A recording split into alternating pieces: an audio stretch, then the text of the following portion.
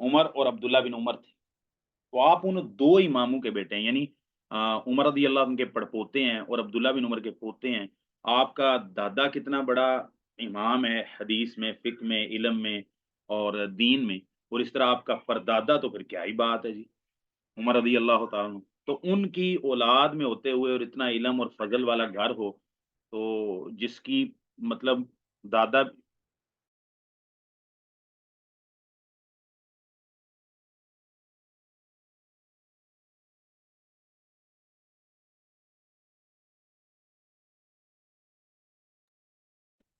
ہاں، تو جس کی جو اتنے بڑے گھرانے کا آدمی ہو، اتنے بڑی شخصیت علمی اور دینی شخصیت کا پڑپوتا اور اتنی بڑی علمی شخصیت کا پوتا ہو، تو اس سے میں یہ ایکسپیکٹ نہیں کرتا تو اس سے کوئی دینی سوال ہو تو اس کو آتا نہ ہو۔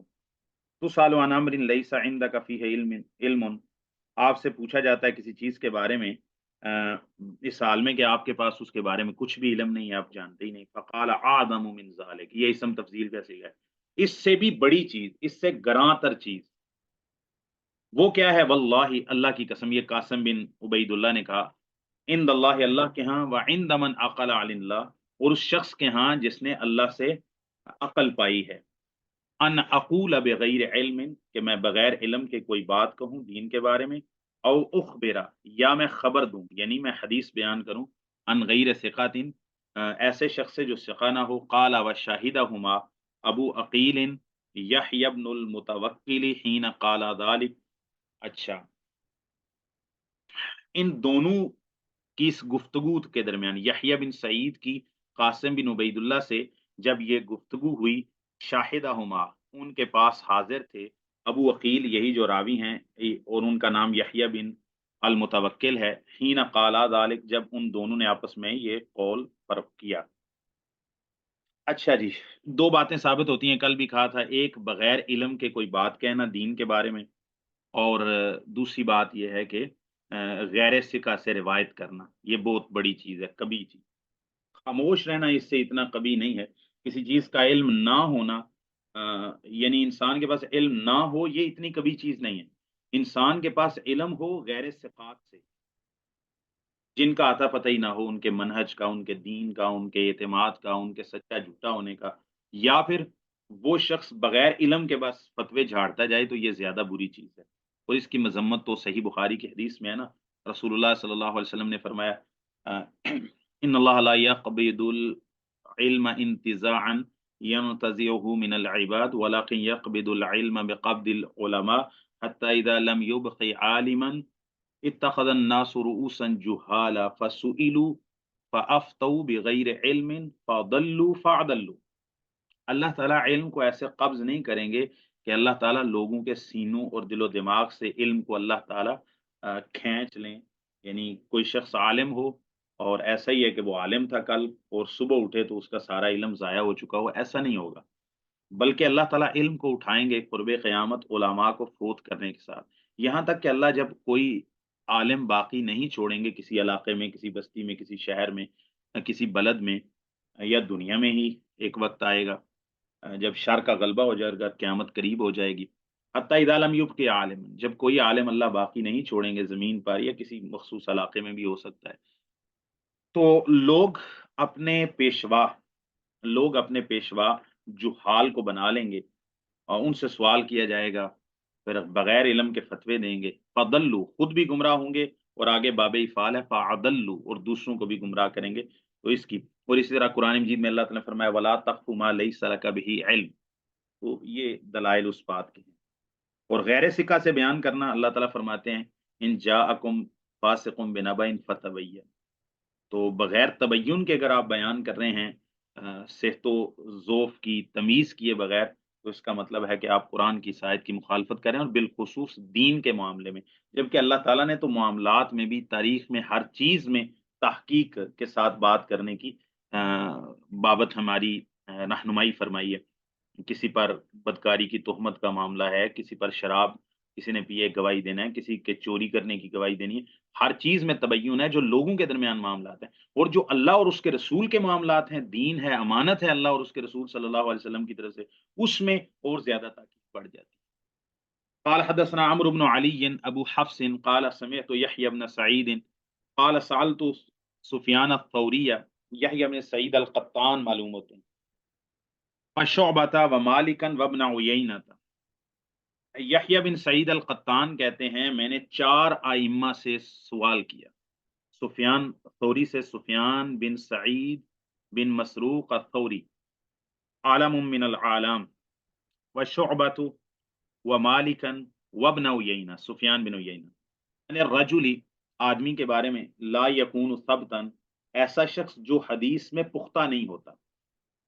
فی الحدیث حدیث کے اندر ثبت نہیں ہوتا، یعنی اس کا ضبط نہیں ہوتا، حافظہ نہیں ہوتا، اور وہ شخص ثقہ نہیں ہوتا، ثبت نہیں ہوتا۔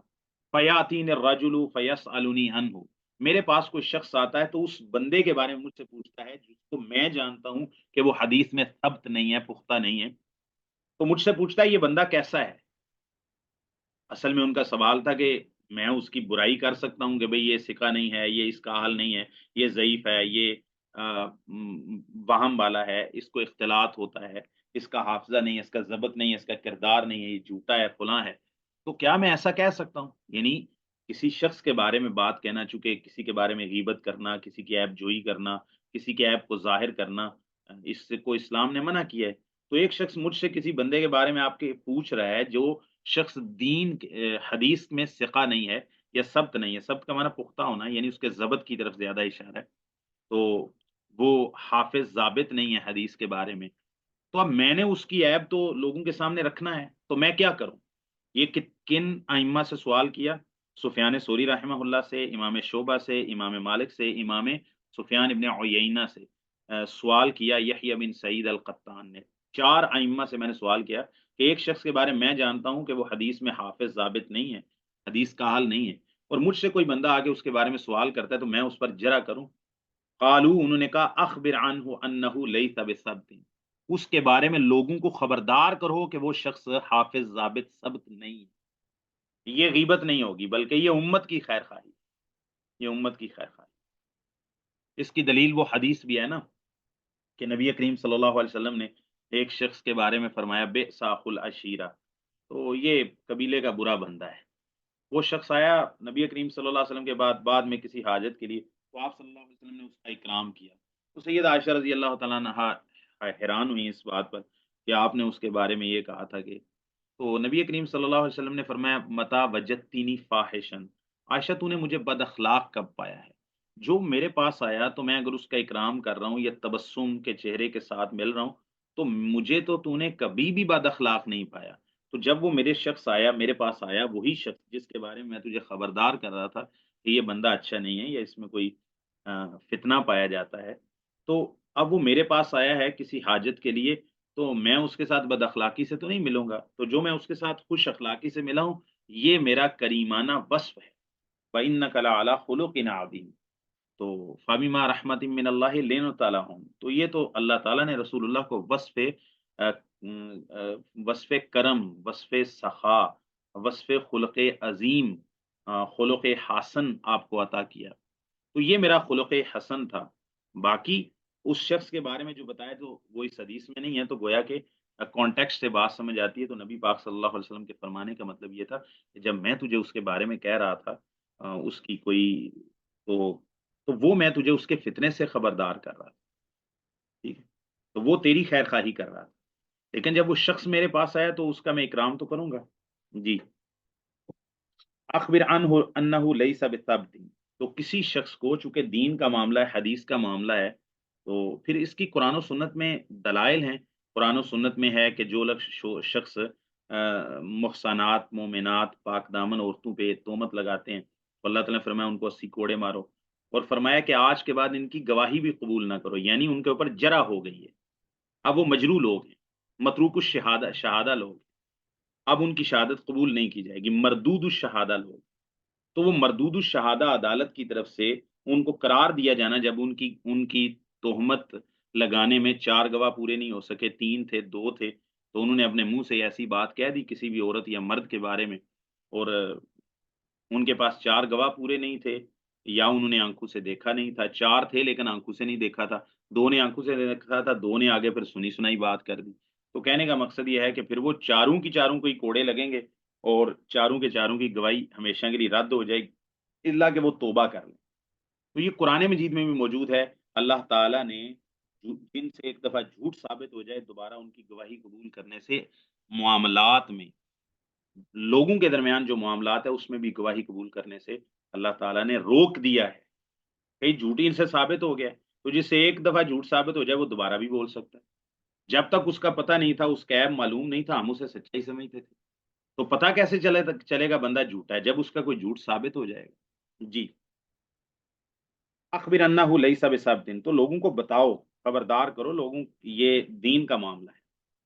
وقال حدثنا عبید اللہ بن سعید قال سمعت النضر يقول سعيل بن عون عن حديث لشهر، شهر بن حوشب ہیں جی، وهو قائم على اسقفة الباب،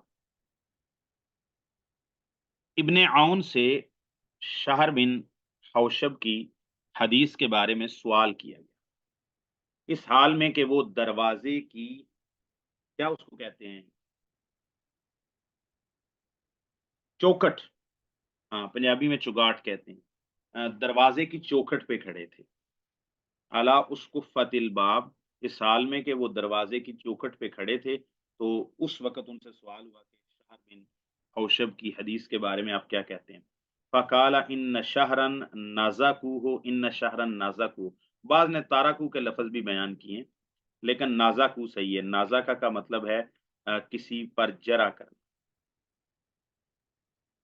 ٹھیک ہے، یہ نیچے بھی انہوں نے ویسے لکھا ہے، نازکوہ ای جارحوہ، اس پر جرح کی ہے۔ دو دفعہ کہا کہ محدثین نے، ائمہ کرام نے نازکوہ، اس پر جرح کی ہے، کلام کیا اس پر۔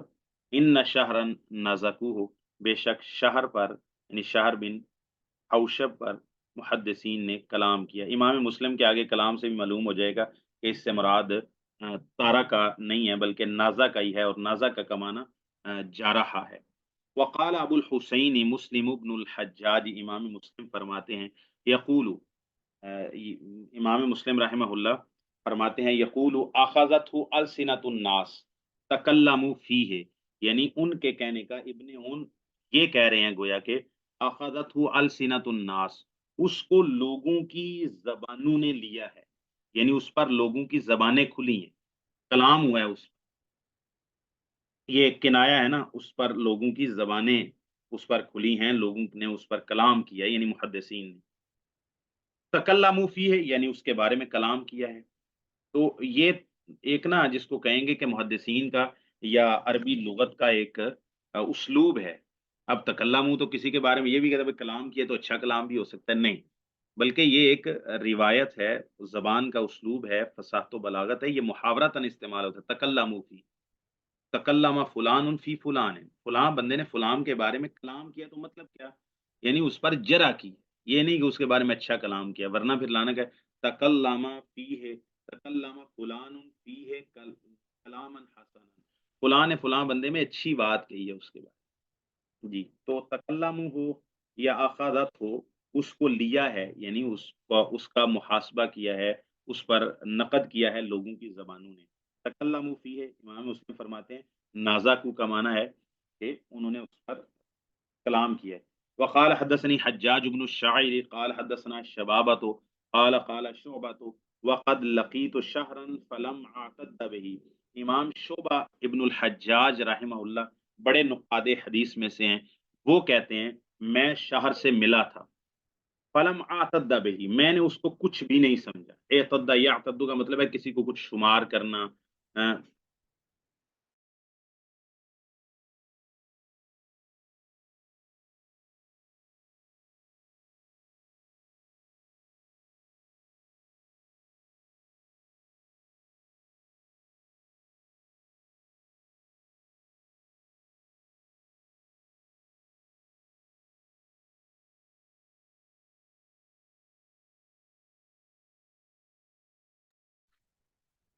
وقد لقیت شہرا فلم اعتد به، میں شہر سے ملا ہوں لیکن میں نے اس کو کچھ بھی نہیں سمجھا، میں نے اس کو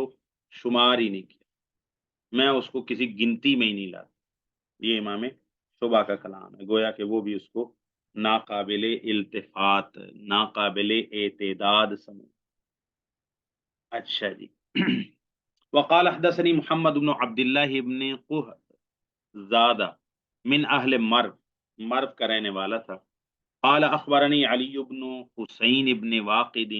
قال قال عبد الله بن المبارک، عبداللہ بن مبارک رحمہ اللہ نے فرمایا قلت لسفیان الثوری، میں نے سفیان بن سعید بن مسروق الثوری رحمہ اللہ سے کہا،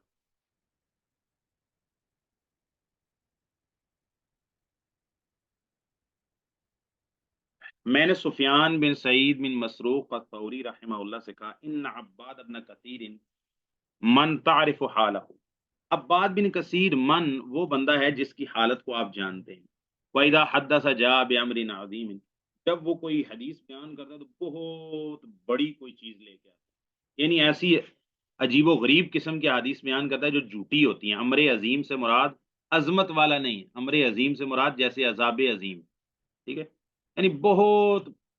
بڑی بڑی عجیب باتیں وہ بیان کرتا ہے جب وہ حدیث بیان کرتا ہے. فترا ان اقول للناس لا تاخذوا عنه، تو آپ کیا خیال کرتے ہیں کہ کیا میں لوگوں کو یہ بات کہوں، لا تاخذوا عنه یہ سوالیہ نشان ہے، یعنی اصل میں یہ تھا آفا ترا، حمزہ وہ استفہام کا حذف ہو گیا، فترا سے پہلے حمزہ استفہام کا تھا یعنی فا کے بعد، یعنی فا سے پہلے آفا ترا تھا اصل میں. کیا پھر آپ یہ سمجھتے ہیں ان اقول للناس سے کہ میں پھر لوگوں سے کہوں،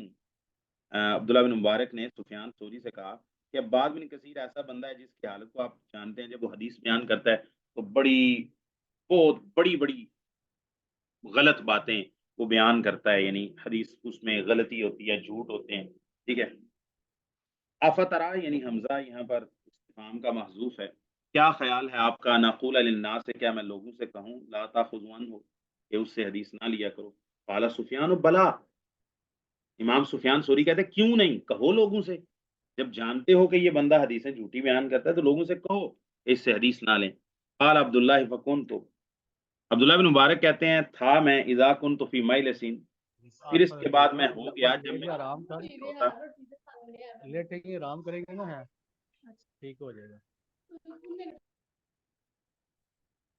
فکن تو اذا کنت فی مجلس، جب میں کسی مجلس میں ہوتا، ذکر فیہ عباد جس میں عباد کا ذکر کیا جاتا، اثنیت علیہ فی دین ہی، اس کے دین، ورع، تقوی، نماز، روزہ، طہارت، ان چیزوں کی میں تعریف کرتا کہ بھئی بندہ بڑا نیک ہے، نفلی روزے بڑے رکھتا ہے، نمازیں بڑی پڑھتا ہے، صدقہ خیرات بڑا کرتا ہے، ذکر اذکار بڑا کرتا ہے، قرآن بڑا پڑھتا ہے، یعنی اس کے جو للہیت اس کے اندر اس کے اپنے عمل میں پائی جاتی اس کی میں تعریف کرتا. واقول لا تاخذوا عنہ، لیکن میں ساتھ یہ بھی بات کرتا بندہ بڑا نیک ہے لیکن حدیث اس کی قبول نہیں کرتا، یہ حدیث کا حل نہیں ہے. حدیث بیان کرے گا تو چونکہ حدیث کا حل نہیں ہے، اس کا ضبط ہی نہیں ہے، اس کو پہچان ہی نہیں ہے صحیح اور ضعیف کے درمیان، اس کو روات کے حال کی پہچان نہیں ہے، اس کو حدیث کے فن کی اور حدیث کی جو صنعت ہے اس میں وہ جید نہیں ہے، تو لہٰذا وہ غلطیاں کرتا ہے، وہ ایسی جھوٹی باتیں بیان کرتا ہے جس کا اس کو خود بھی پتہ نہیں ہوتا کہ یہ جھوٹی بات ہے. قال حدثنا محمد قال حدثنا عبد الله بن عثمان قال ابي قال عبد الله بن المبارك انتهيت الى شعبة قال هذا عباد بن كثير فاحذروه، میں شعبہ بن حجاج، امام شعبہ ابن الحجاج رحمہ اللہ کے پاس پہنچا تو انہوں نے کہا هذا عباد بن كثير، یا یہ جو عباد بن کثیر ہے یہ ہے عباد بن کثیر، فاحذروه اس سے بچ کے رہو، اس سے دور رہو، یعنی اس کی حدیث سے بچ کے رہو، اس سے علم حدیث نہیں لیں.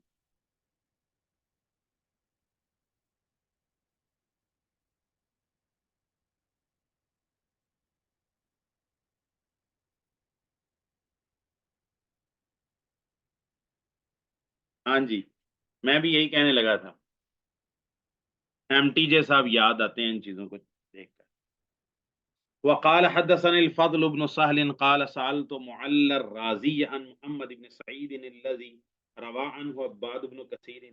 أخبرني عن عيسى بن يونس قال كنت على بابه وسفيان عنده فلما خرج سألته عنه فأخبرني أنه كذاب.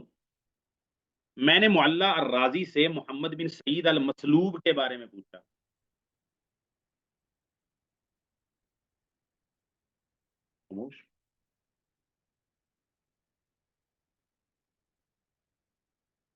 میں نے معلّ الرازی سے محمد بن سعید المسلوب، یہ ابو جعفر المنصور نے اس کو سولی دی تھی، المسلوب اس کا نام ہے مسلوب، سولی دی تھی اس خبیر کو، کانا زندیقا من الزنادقہ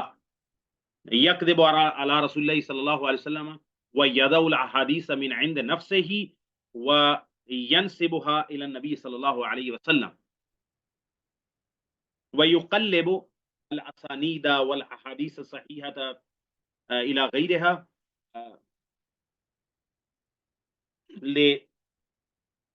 لیرویها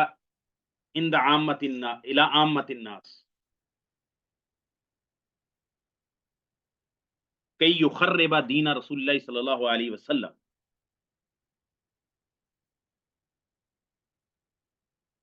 فطلبہ ابو جعفر المنصور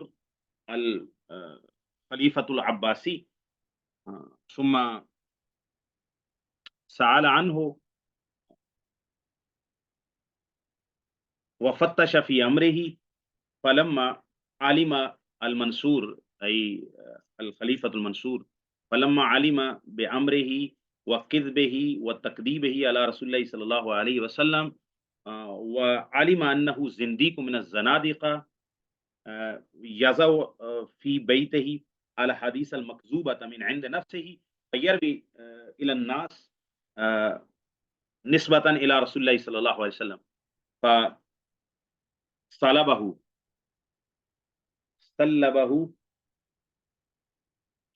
بعد ما افتى العلماء انه زنديق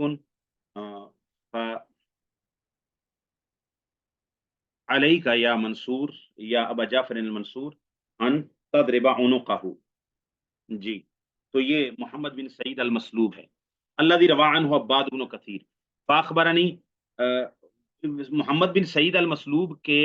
میں نے معلّہ رازی سے محمد بن سعید المسلوب زندیق جھوٹے حدیثیں گڑھنے والے کے بارے میں سوال کیا. صرف حدیثیں گڑھنا ہی اس کا نہیں نا، یہ حدیثیں گڑھنے میں پکڑا گیا تھا نا، اور بھی اس کے کام تھے.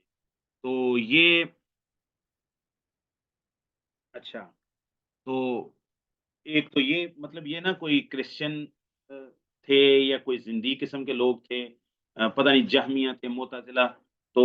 یہ اسلام کا لبادہ کچھ لوگوں نے اڑا ہوا تھا، تو یہ اپنے گھروں کے اندر نا مطلب مل کر نا حدیثیں بناتے تھے اور یا صحیح حدیث لے کے آ جاتے تھے. تو صحیح حدیث کی جو سندیں ہوتی تھی نا، یعنی ایک سند ہے، مثال کے طور پر عبداللہ بن یوسف عن مالک عن نافع عن ابن عمر عن رسول اللہ صلی اللہ علیہ وسلم، اب یہ حدیث بالکل صحیح ہے. تو وہ صحیح سند جو کسی بھی حدیث کی صحیح سند ہوتی تو موطا امام مالک میں لکھی ہوتی ہے محدثین کے ہاں، تو وہ 10-20 سندوں کو لے آتے جو صحیح سندیں ہوتی، ان کے آگے متن اپنی طرف سے شامل کر دیتے، جھوٹی قسم کی باتیں اور مطلب عبادات کے بارے میں. یہ نہیں کہ مطلب وہ نبی پاک کی نفرت والی باتیں تو نہیں پھیلائیں گے نا، ورنہ کون بندہ قبول کرے گا. وہ بڑی بڑی گپیں ہی ماریں گے اس میں. اور کہنے کا مقصد یہ ہے کہ جو بندہ فجر کی نماز میں پہلی رکعت کے اندر سورہ اخلاص پڑھ لے تو اس کو 100 حج کا ثواب ملتا ہے. میں ایک مثال دے رہا ہوں، اس طرح کی باتیں. تو وہ آپ اگرچہ کسی کو ثواب پر تحریض دلانے کے لیے بھی جھوٹ بول رہے ہیں تو اصل میں نقصان دین اسلام کا ہو رہا ہے. یعنی بندہ کہے گا بھائی اس میں کیا حرج ہے، پہلی تو بات یہ حرج یہ ہے کہ نبی پاک کی طرف ایک بات منسوب کریں، لیکن وہ کہے گا بھائی اس میں پھر ان کا فائدہ کیا تھا اگر وہ زندیق تھے. بھائی وہ دین مصطفیٰ کو مشکوک کرنا چاہتے تھے. جب ان کے پاس جائیں گے بھائی حدیثیں یہ سندیں تو ساری صحیح ہیں، وہ کہیں گے اسی سند کے ساتھ تو حدیث موطا امام مالک میں مروی ہے، لیکن اسی سند کے نیچے یہ حدیث آئی ہے، تو وہ کہتے ہیں کہ یہ روایت ہی صحیح نہیں. تو وہ گڈمڈ کرنا چاہتے ہیں، وہ صحیح حدیث کو بھی مشکوک کرنا چاہتے ہیں صحیح سندوں کے ساتھ جوڑ کے یا سندوں کو آگے پیچھے کر کے. ایک حدیث کا سند کا متن، ایک صحیح حدیث ہے اس کے ساتھ سند ہے، ایک سند کا متن کہیں فٹ کر دیا، دوسری سند کا متن وہ آپس میں ان کے ساتھ ہیر پھیر کر کے کچھ لفظوں کا اضافہ کر کے کچھ لفظوں کی کمی کر کے، تو وہ اس طرح کے کام کرتے تھے اور یہ پکڑے گئے تھے. تو انہوں نے مطلب وہ کہہ لیں کہ جھوٹی روایتیں بنانے کی فیکٹریاں. تو ابو جعفر المنصور نے علماء سے فتویٰ لے کے تو پھر اس کو پھڑکا دیا. الحمدللہ علی ذالک. اچھا جی، اخبرنی عن عیسی بن یونس فاخبرنی، تو انہوں نے مجھے بتایا، معلّہ رازی نے سے میں نے سوال کیا محمد بن سعید المسلوب زندیق کے بارے میں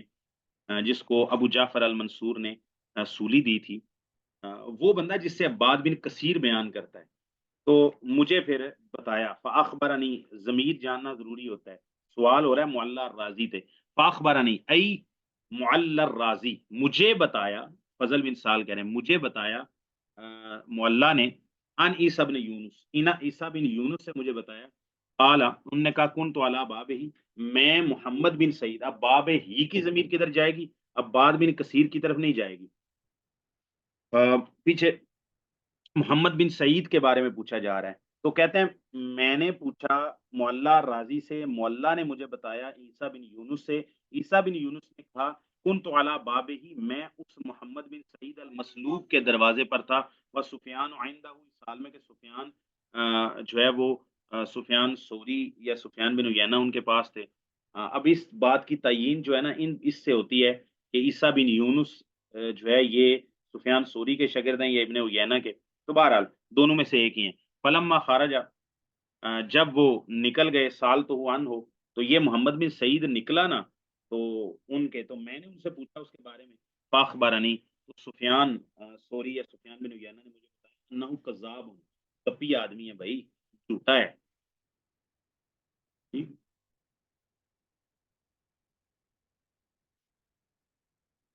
اچھا، قال حدثني محمد بن ابي عتاب قال اخبرني عفان عن محمد بن يحيى بن سعيد القطان عن ابيه قال، یہ مسئلہ جو ہے نا یہ آ گیا جی،